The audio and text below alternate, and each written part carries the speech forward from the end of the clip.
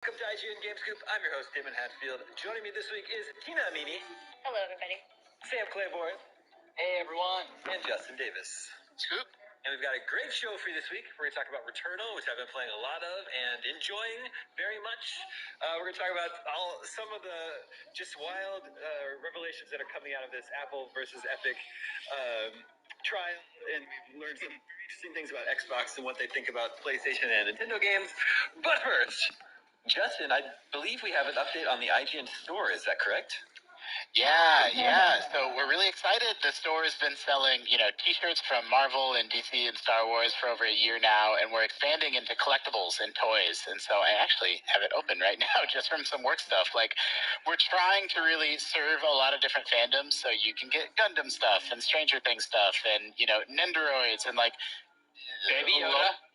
Baby Yoda, yeah. But, we're trying to hit a lot of different price points and a lot of different fandoms. So if you're someone that's looking for, a $250, really, really high-end, crazy detailed, or just, want a $26 Gundam for your desk or, a $10 toy for your desk. We're trying to sort of service everybody there. And so we're super, super excited. If you go to store.ign.com, all that stuff should be for sale and pre-orderable now. And that's a result of, 6 months of work, I'd say. And so really excited to have that come to fruition and be live. And so far, the response has been really positive, which feels really good, too. What's the most expensive collectible we have? Ooh, good question. We sort by price. Yeah, I can sort by price. Let's take a look. Price, high to low. And I like how specific you were about the $26 Gundam toy. Yeah, I've been spending a lot of time looking at this stuff. I don't know what this is, but the most expensive thing that we sell is $325. And the reason I don't know, by the way, is because we have Will Chu, who's running the IGN store day to day now, and he's the expert when it comes to this stuff. But it's called 02 for my darling 1/7 scale figure, darling in the Franks. And Franks is FRANXX. So all the anime fans know exactly all about that one. But no, really high-end, collectible anime figurines and all that stuff, and a super, super cool Luigi holding a vacuum. Cool. Justin, you're going to have to decorate your new background setup with some of these. Yeah. You mean you don't want me to just have, Eye of Judgment and other obscure PS3 and Dreamcast games back there? Well, I think you're going to be pulling them off playing them, so, it's just not sustainable for your own benefit. That's true. Yeah. Your house is the warehouse for the store, too, so technically you could just shoot from there, right? It's all just in my basement. That's why you moved. Yeah. And as a quick reminder, the Gamescoop shirt that I'm wearing right now is available in the IGN store. You could have easily told us all to wear Gamescoop shirts today. We have different forms of Gamescoop shirts. No, I didn't do it. I wanted all the attention. Classic Damon. Okay. Please tell me I'm not the only one playing Returnal. You are, so we're going to interview you about Returnal. So, Damon, what are your thoughts on Returnal? Well, I like it a lot. It's no secret that I'm a big fan of roguelikes, and that's what this is. It feels like a very big, there's been a lot of talk about this. The first AAA roguelike game, but particularly for Sam and Justin, it also has really big Metroid vibes. I'm sure you've heard that. You're this female space explorer who crash lands on this planet, and there's just lots of spooky. The atmosphere in this game is awesome, and I've been playing with my the Sony Pulse headset. So there's lots of really cool sound stuff happening all around you. They do some really cool stuff for the DualShock too, so you can even feel the rain pattering. That's cool. And it's because it's the big PS5 game that right now, right until Ratchet and Clank. So it's that's really cool they're using that. I was going to ask about that. I was also going to ask if your character wears a hat. That's cheating. Helmet. Yeah. The thing, I actually haven't played it yet because I've been playing Pokemon Snap, but the thing that really appeals to me about this is that it's not just a shooter, but it's also bullet dodging.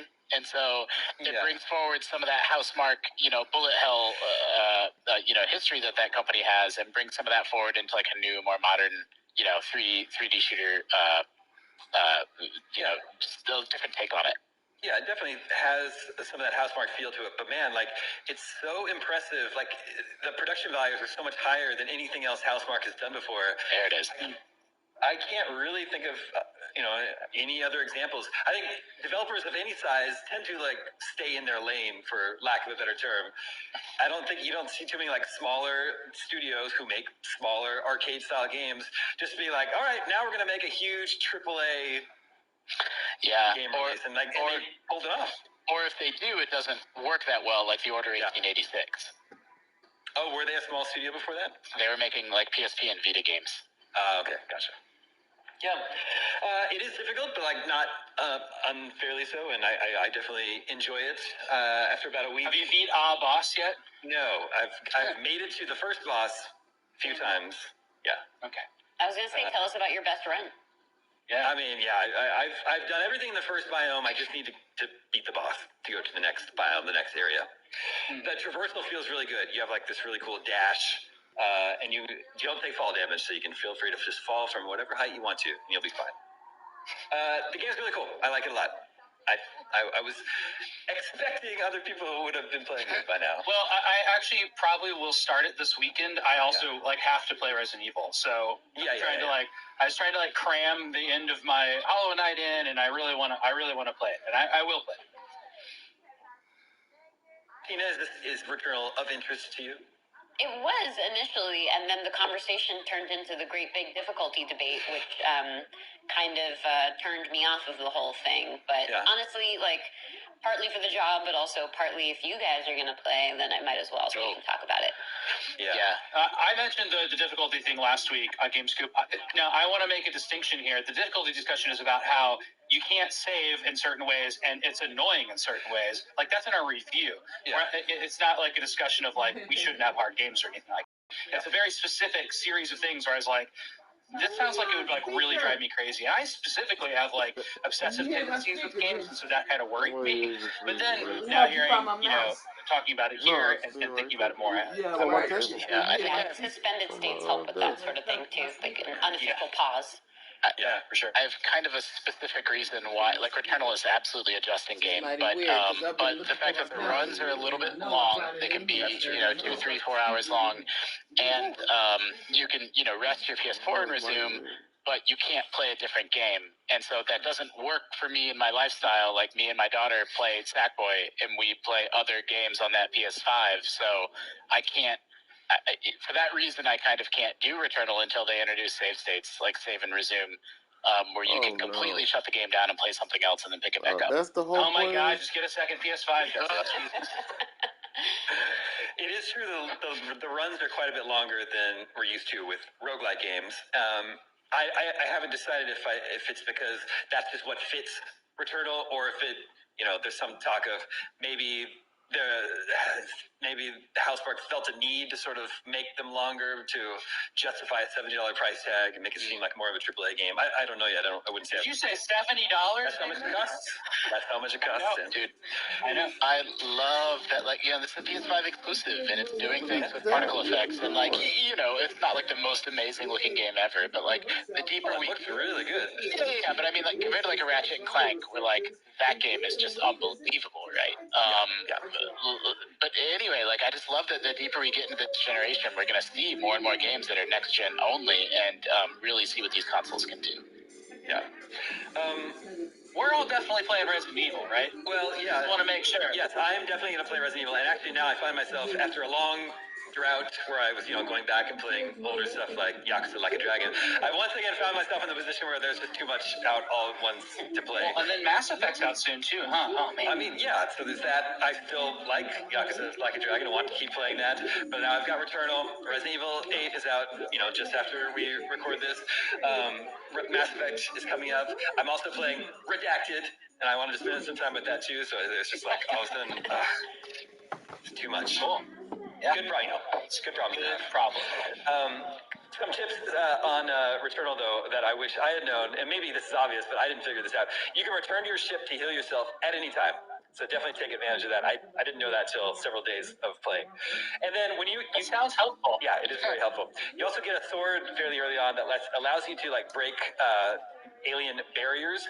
The game sort of positions it as a tool to break those barriers, but it's also a highly effective weapon on any enemy. So just keep that in mind. The game doesn't really present it that way. It presents it more as another thing, but just whack everything you can with that red sword. Mm-hmm. Okay. That's for more tips. Yeah. Check out our completed strategy. We have the final boss in there and stuff. Wow. Yeah. They did a good job with that guide. I hear it was a big undertaking. I'm sure. We need to do a story explained. I mean, maybe. I just noticed in the footage we were showing, there was a lot of story there, and there's two ways, like paths in the game apparently, and like I know we have like a big like end of game explainer thing. Yeah, I don't even want to get into it because it's a spoiler, but like since I decided I'm probably not going to play the game, I spoiled myself on the story, and it's much more than I would have guessed going into it. So I'll leave it at that. Yeah, there's definitely a mystery to be unwrapped. You know, when we are looking at like what people are interested in on launch day for games, so we can like write strategy guides about them or something like that. People are stuck. People always search ending spoilers. Yep. There's just a component of people that just go out and read the end of the game. I mean, I do that which is just really dumb. Like if I'm like I don't think I'm gonna play this. Like I do that. I'm like yeah, okay. Well, what was this game all about? I never thought to do that. This has never occurred to me, but like I would. I don't care about spoilers, so it's just kind of fun. I think it's a fun thing. I have a friend who loves horror movies, but refuses to watch them before she reads spoilers on Wikipedia first. That's fun. Just wants to be prepared for. Yeah, exactly. She prefers to be exactly prepared for some of those jump scares and those twists and turns, but that spoils it. It's in the word. Spoiler. Yeah, I never wanted to watch. What was the movie before Midsommar? Hereditary. Hereditary. I listened to like a podcast series on it, which explained like everything minute by minute, and I know exactly what happens. And I had no interest in watching that movie, and I still don't really, but I'd be much more likely to watch it now that I know about the jump scares and the twists, because they are horrible. Yeah, I hadn't seen Hereditary. Even though I'm a big horror fan, I think it's my instinct was that it's a more modern type of horror film. I'm more of like 80s slasher horror movies, The Thing, that sort of thing. So I didn't think it was going to be my cup of tea. But there's a YouTube channel I love called The Kill Count, where they just break down all the kills that happen in horror movies and count them all up. So I watched that episode of Hereditary, and my instincts were right. That was not a movie that I needed to watch. Feel free to skip Midsommar too, then. Oh, yeah, Midsommar. Yeah, it's getting a sequel, right? Did anybody see the first one? You saw the first one, right, Tina? Yeah. Yeah. No, wouldn't recommend that. It's also not my favorite. Like, I like the cheesy B-tier stuff that I think Damon's talking about, where it's like campy and there's like cool style and the gore is all like stage makeup and stuff. Like that stuff is cool. I like comedy horror. I like really thoughtful horror. So the stuff that's more cerebral, the stuff that's more like psychological, really throws you for a loop. It doesn't all have to be about like gore and murder and whatnot, but the Midsommar and Hereditary are definitely like artsier films, I guess you could say, but they're also really focused on a certain level of shock value that just does not resonate with me. So yeah, not my jam. Yeah. Yep. Anyway. Totally see that. This Game Scoop. Horror Scoop. Gore Scoop. Ooh, can we make a Gore Scoop podcast? For Halloween? Yeah. Oh, man. That's great. That's a good one.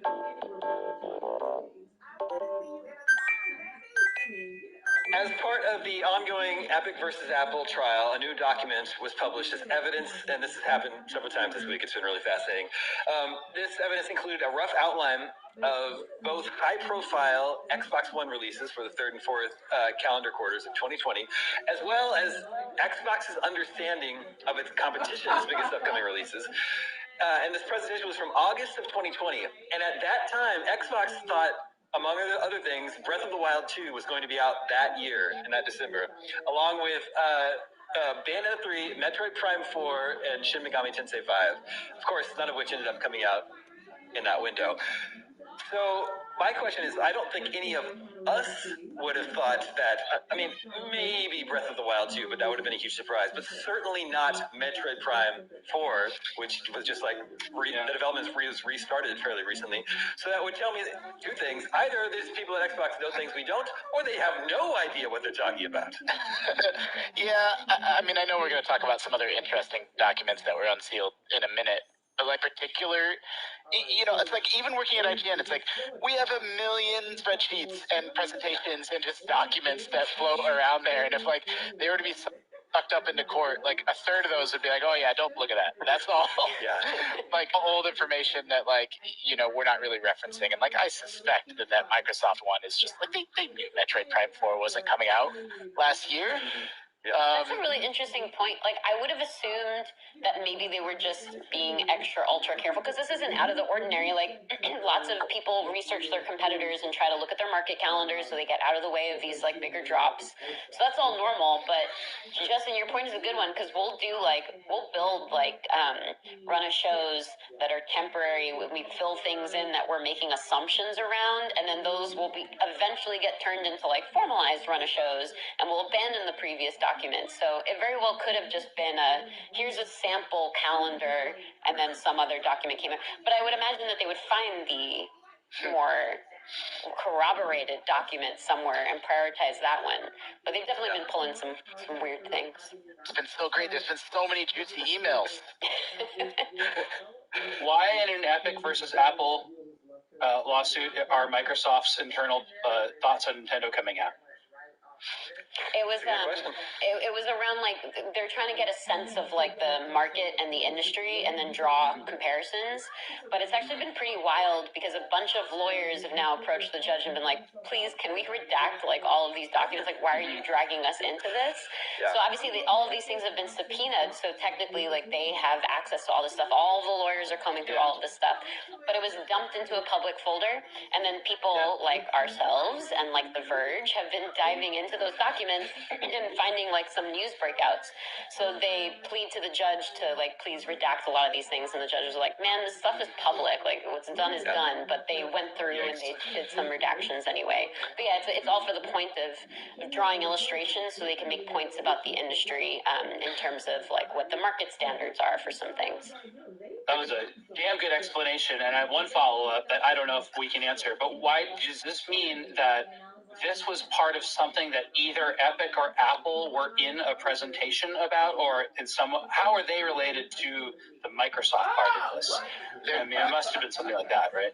I don't know about that doc specifically, but they've been spending a lot of time just sort of explaining the lay of the land and how video games work. And it's like, but they can't go to Microsoft and be like, give us all your documents so we can explain this Apple case. No, I don't know about that doc in particular. So, but it's like, it is like, we live and breathe video games, and even the people listening to the show understand video games. But if you don't know anything about games, it's like, okay, so I have a phone and I can download games to it. Like, how is that similar or different than an Xbox? And like, I can have Netflix that has, I can watch movies on Netflix, or I can buy and subscribe to Game Pass or Apple Arcade, or I can buy games. Like, it's kind of a mess. And like, that's been what a lot of the legal proceedings have been about, is like, well, and then Fortnite is on all these platforms, and is it okay for Fortnite to be pulled from the App Store? And how is that different or the same than like the responsibility they have to moderate content on their platforms? And like, it's been pretty interesting to kind of try to like reset. And like, if I'm a court judge and someone's trying to explain video games to me as if I was 5, like, where would you even start? Mm-hmm. Here's a Tamagotchi for you, 5-year-old Justin. Yeah, and like, there's like the Sony crossplay stuff came up as an example, and I wasn't following too closely to see what specific point for around that one that they were trying to explain. But the whole point is kind of like they're talking about, this is kind of how the competitive ecosystem is. This is the standard protocol for how these other companies behave in these sorts of circumstances. So like, what is acceptable versus what is not? What is, because ultimately at the end of the day, Epic is trying to make the argument that the App Store is a monopoly. And so they're looking at, okay, what are the other competitive opportunities too? Although on the competitive note, and this one Xbox document, the other thing that came to mind around it for me was, the really interesting thing is that Xbox will scope out, Xbox will scope out Nintendo releases as like, this is our potential competition, but Nintendo never thinks of Xbox and Sony as their competition. That's always been the interesting thing about them, as the outlier there. Yeah. For the Xbox, just to defend Xbox's predictions for the fall, even though they were in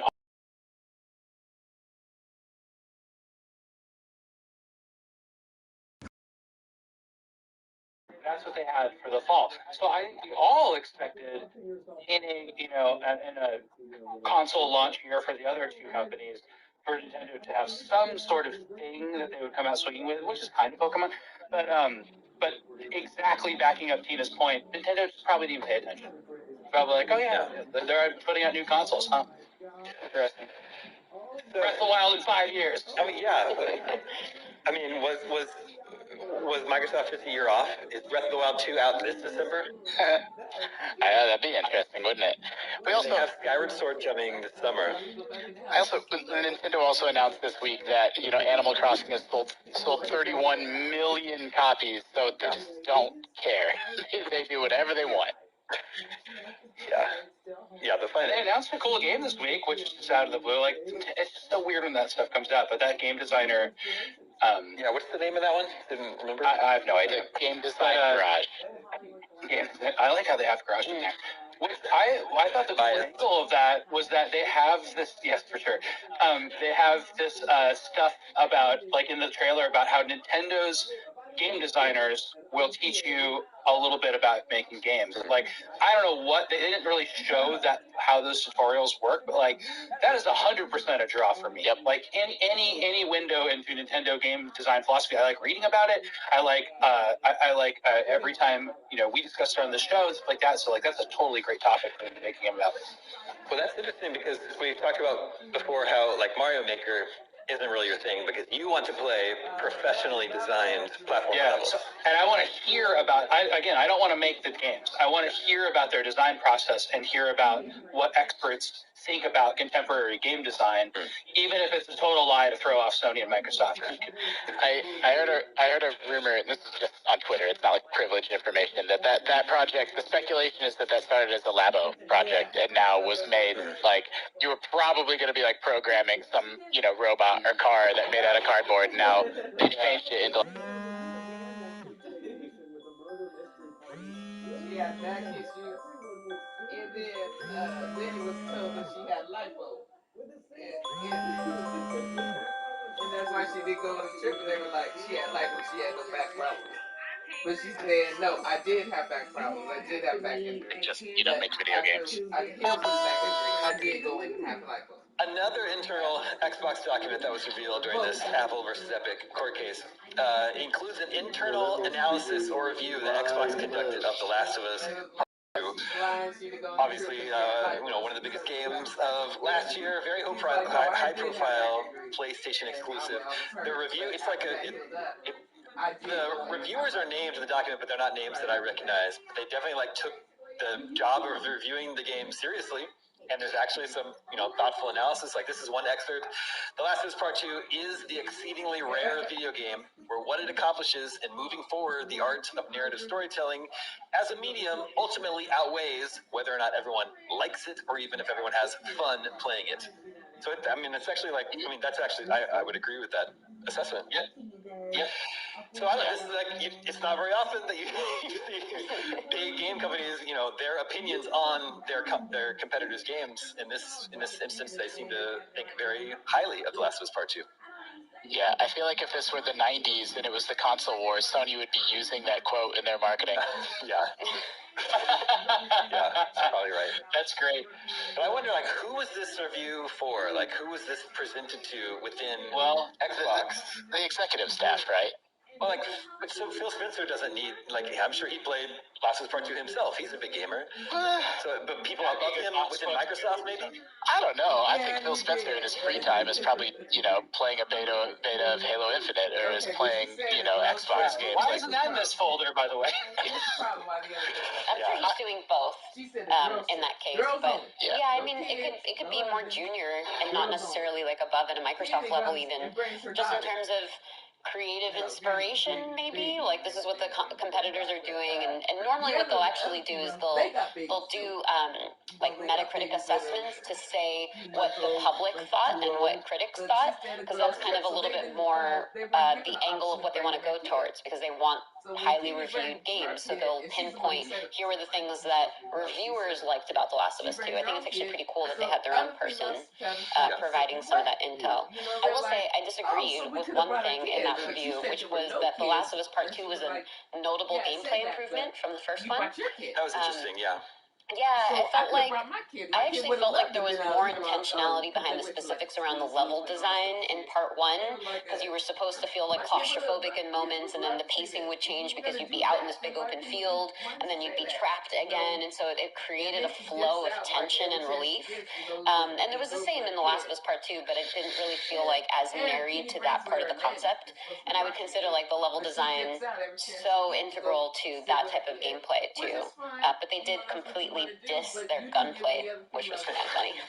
Both I think they're referring to the power chord puzzles as the big gameplay innovation. I see. Because it was such good physics. They weren't really. Justin, I cut you off. Sorry. I don't remember what I was. I was just agreeing, like, earmarking what Tina said. Like, they both reviewers pointed out, like, gunplay's not that great. I'm like, what are you talking about? Yeah, I don't know. Maybe they're coming from like a Halo mindset of shooting. I don't know. Or Call of Duty. They're like a bunch of game developers do this at different stages in their game development process. So they either have an internal team or sometimes they hire an external consultancy to do the mock reviews, right? Yeah, and that'll happen like when a game's in an alpha form, and they'll be like, if we put this game out with a few tweaks, like what score do you think it'll get? And they'll get that. They'll have somebody like that's probably written reviews for IGN or somebody like that before to come in and give them, a scored review. It's pretty interesting. It's worth That's pointing out also for their own games, so this wouldn't have been a mock review. This was just intel. Right. Yeah, it's worth pointing out that's a really good distinction. I should have made that. if somebody contracts and does a mock review for a game developer or publisher, they can't write about that game for IGN. So They can't. Yeah, you can go from IGN and do that, but you can't come back. yeah, that's a one-way street. It used to be more common, I think, than it is today. Yeah. Mock reviews. Well, I think that might be because of internal department. I was meaning for media people to move into doing mock reviews. Oh, yeah. But that is interesting. I know a lot of our viewers and listeners, they're always asking about how we got into the industry, and they'd like to work in the industry someday. So this is like another avenue to like think about. It'd be pretty cool. Our jobs are pretty cool, but it's also pretty cool to be internal at Xbox, reviewing the competition's games and presenting your assessments to the team. That's a really neat angle, huh? There's an even better version of that where you get to do that on mid-development, so you're not just doing a mock review, but you're actually giving feedback that can end up in the final game. Yeah, totally. Now I want to see Nintendo's review of The Last of Us Part 2. Oh gosh, They hate it. It's not the competition. They're not looking at it. Can you imagine how mad Miyamoto would be at that game? I know, totally true. And like that's not even like I respect The He Last. also want to fix it though, right? He'd be like, these need to be question mark blocks. Well, yeah. Well, and what's interesting is obviously he's amazing and a genius, but like so is that game. So I'm not trying to like poke fun at anybody, but it's just they're it's such different. They're coming at the art from the most different polar opposite directions possible. I would love to know, just in general, what games Miyamoto has played and enjoyed. Like, what's the most violent game he's played? Did you ever play a Mortal Kombat? I don't know. There's stuff about that with him trying games at E3. Yeah, he'll be like in the Sony booth playing stuff, and I remember seeing like little videos of him reacting or whatever. I feel the same of him being like disgusted seeing God of War or something, like that. It's somewhere bounced around the back of my brain. And she was like, "Oh, I got a shelf." It's like, he consulted heavily on Metroid Prime.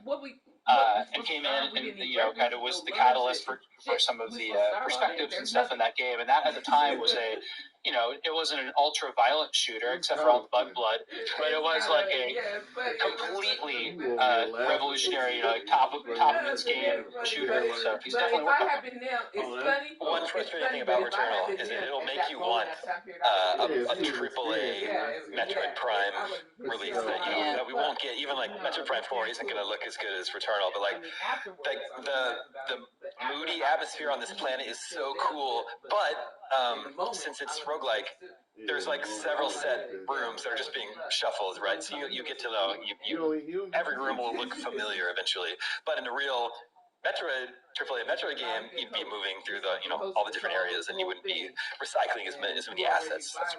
And then on top of that, like they were, well, not all the girls, like two of the girls that were pissed off. Okay, moving on past this insane Apple Epic trial. This week we learned the top 10 best-selling Star Wars games here in the U.S. of all time.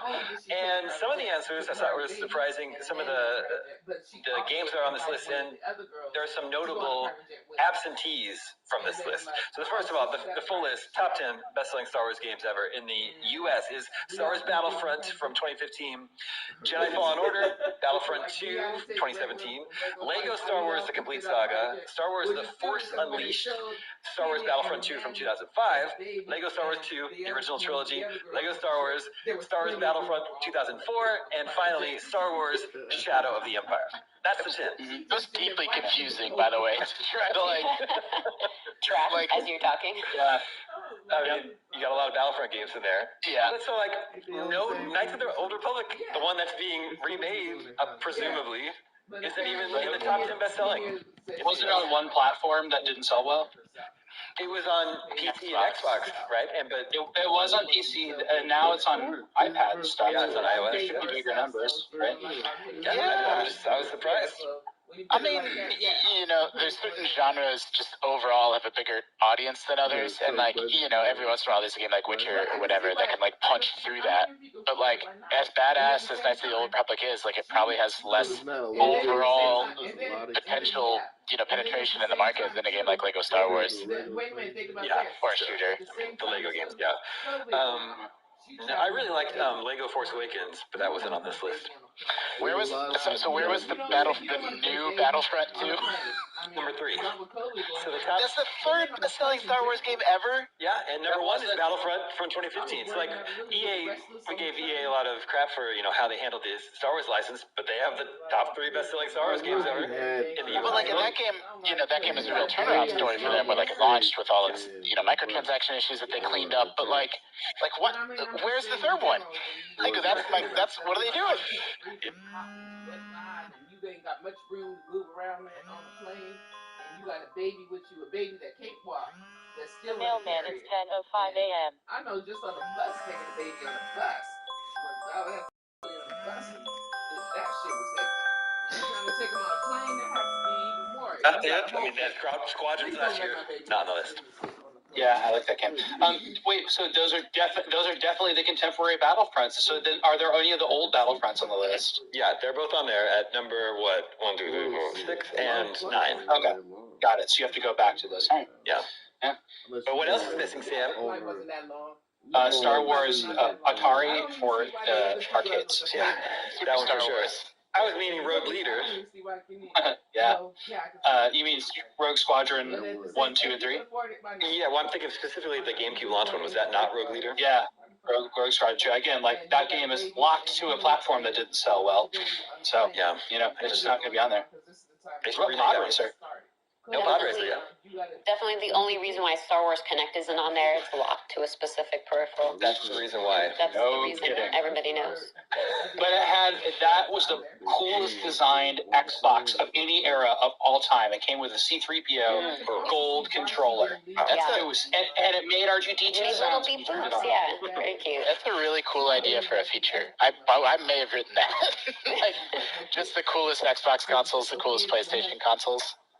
Yeah, that would be fun to review those. And there's some rare ones, too, and some one-offs. Yeah. Here's a fun Star Wars Connect fact. If you Google Star Wars Connect GIFs, that's me dancing in half of them. Oh. Because we actually recorded footage. This was back when I was at Kotaku, but we recorded footage of it, and we rarely recorded gameplay footage. This was one of the rare ones that we did for some reason that I can't remember. But yeah, there's like a little image in the upper right-hand corner where it's just the Connect view of the person that's dancing around.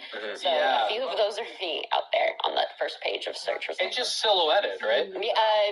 Sort of a version of that. Yeah. Reduced. That's Whatever cool. whatever the connective view of it is. Damon, did you see that in the court record, like there was an exchange about Kotaku in the Epic versus Apple lawsuit? Oh, and if someone asked, what's a Kotaku? Yeah. Yep. Well, that was not as embarrassing as when the judge really slammed down on Tim Sweeney. Like, we can tell that you've never played on a Switch before because he was fumbling with it a little bit. Yeah, gosh. He said there was not frequently. He wasn't familiar enough with it to pull up whatever they had asked him to pull up.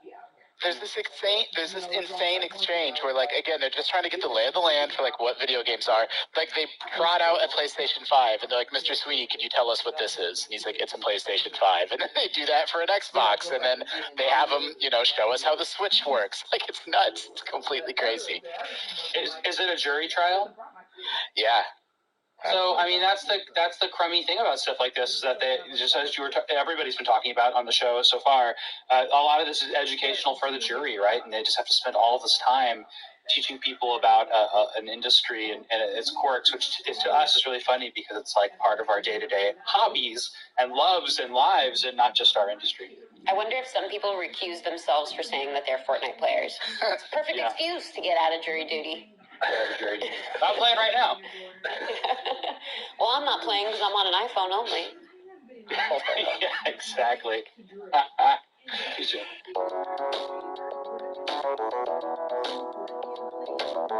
A game that pops up fairly often here on GameScoop is a game called Flashback. Maybe just because I like a genre called cinematic platformers, and that's it was the follow-up from Delphine is the developer who made Out of This World, or Another World, outside of the U.S. And then they made Flashback, a very similar type of game, although I prefer Out of This World. Anyway, Flashback was ported to modern consoles in the past few years, and then completely randomly this week, that studio, Microids, who handled the re-release, are making a sequel, Flashback 2, a sequel to a 1993 game. And so I have this cartridge. I had this like on our shared desk area, and sometimes a few times I'd like put it on, and people would come over and be like, "Yeah, Flashback," and they'd play it for 3 seconds and be like, because it's not it's a Prince of Persia like, right? Yeah, so it's like you tap, it's like Dragon's Lair almost. Like you tap button directions to run, and you have to tap them at the right time to make certain jumps. And it's just like, after a world after Mario, that type of game makes no sense. And I don't think the new game will be like that at all. But I will say, I loved that game because it looked good, and that's the only reason I liked it. The real draw was the rotoscope animation for the characters. So and it had 3D polygon. Just nonsense. It had this like weird like intro sequence. Remember that with like the kind of unshaded, well, not unshaded, but untextured polygons. Yeah, it was best in that way. Yeah. Like probably like 90% of the system memory. If you wanted to, do you want to jump 3 seconds from now? You better be pressing that jump button right now. Yeah. So it'll be interesting to see what a sequel to Flashback plays like today. Do they make it more forgiving to control? And then what does it look like? I would doubt they're going to rotoscope everything. So if you lose that, you kind of lose the appeal of the original.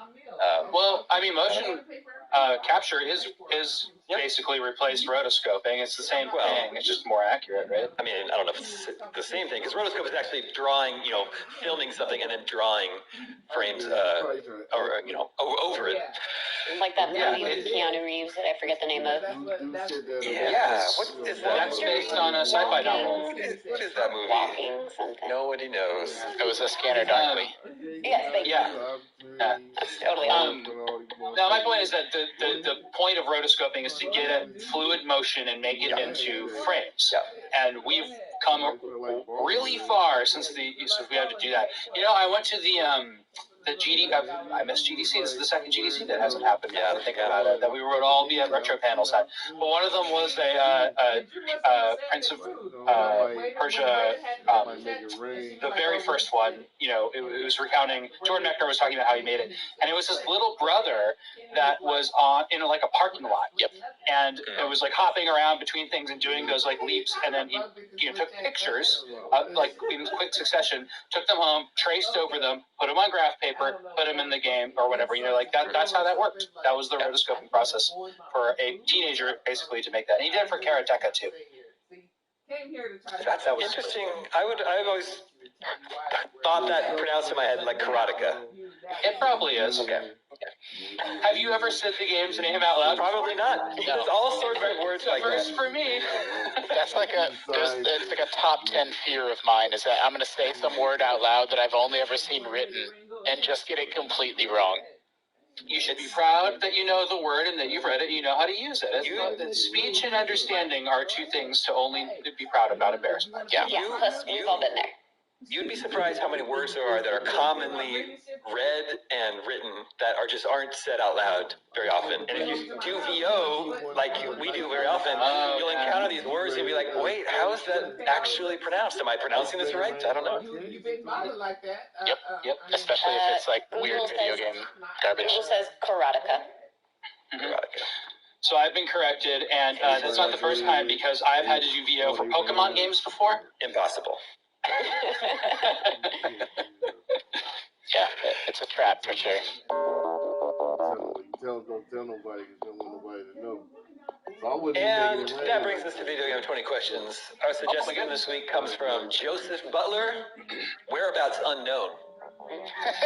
I feel like this show went by really fast.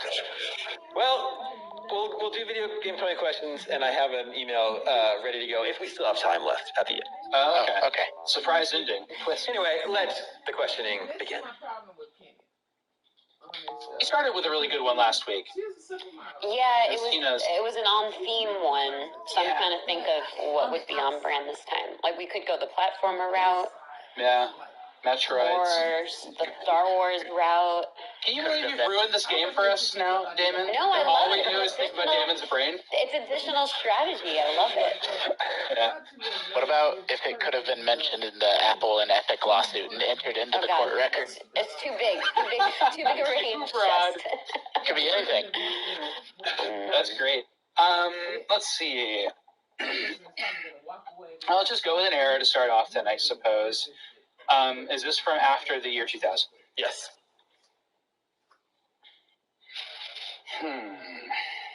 Is this a platform exclusive? Not anymore. Oh. Well, that's very helpful. Yeah, that's great. Was this game originally released on a PlayStation platform? No. Xbox? Original? Same question about Xbox? No. Oh, dang. So it's Nintendo or PC? Do we continue along this route? Phone or something?